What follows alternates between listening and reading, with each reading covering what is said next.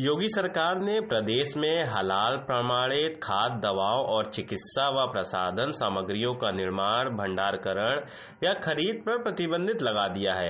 राज्य सरकार ने इसे निषेधित कर दिया है। अब इन उत्पादों पर हलाल प्रमाण करने वालों के खिलाफ कानूनी कार्रवाई की जाएगी।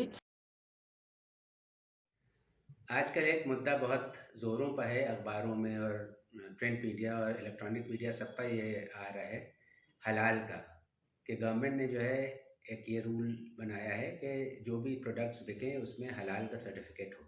तो सबसे पहले तो ये जानना चाहिए है कि हलाल होता क्या है। इस्लामिक लॉ के हिसाब से हलाल वो चीज़ है जो इस्लाम उसको कबूल करता है।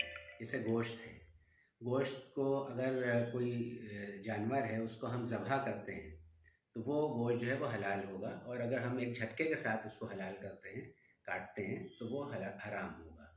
उसके अलावा कुछ ऐसे चीज़ें हैं जैसे कि शराब है, वो इस्लाम में हराम है। सूअर का गोश्त है, वो हराम है। या और भी कुछ ऐसे जानवर हैं जो कि हराम हैं, या जैसे मोर वगैरह है वो मकरूह है, उसको नहीं खाया जाता है। तो ऐसी चीज़ें जो इस्लाम में मना हैं वो हराम हैं। तो इसलिए क्योंकि हमें बिज़नेस करना है, कंट्री को बिज़नेस करना है, और तकरीबन 57 मुस्लिम देश हैं जहाँ पर हलाल सर्टिफिकेट उन लोगों को चाहिए होता है उनके डिफरेंट प्रोडक्ट्स में, चाहे वो खाने पीने के हों, कॉस्मेटिक्स हो, या और भी इस तरह की कोई चीज़ें हों, तो जिसमें इन चीज़ों का या किसी की चीज़ की चर्बी का इस्तेमाल होता है या कुछ है, तो वो हलाल चीज़ की का इस्तेमाल हो तभी वो हो, वो चीज़ जो है वो लागू होती है या वो वहाँ पर एक्सेप्ट की जाती है।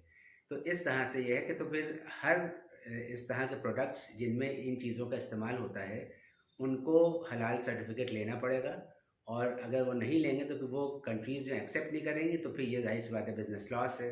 तो एक तरह से बिज़नेस को प्रमोट करने के लिए या बिज़नेस को बढ़ाने के लिए जो है ये गवर्नमेंट ने ये रूल बनाया है कि हमें अपने प्रोडक्ट्स को जो है हलाल सर्टिफिकेट देना। इवन पतंजलि जो है उसने भी हलाल सर्टिफिकेट जो है ले रखा है, और वो अपने प्रोडक्ट्स में हलाल लिखते हैं।